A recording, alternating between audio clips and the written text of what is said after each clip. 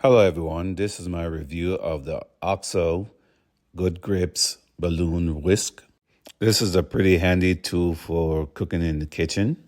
It's pretty lightweight, so you have an ease of movement. The grip feels nice and sturdy in your hand. The grip is like plastic, like a hard type of plastic, and the whisking part is made of steel, stainless steel, which is pretty sturdy and it's springy. So when you're whisking around, it flexes a little bit. It's good for making batter, or scrambling eggs, or whisking cream. So it's a pretty cool tool that I like. I hope this review helps.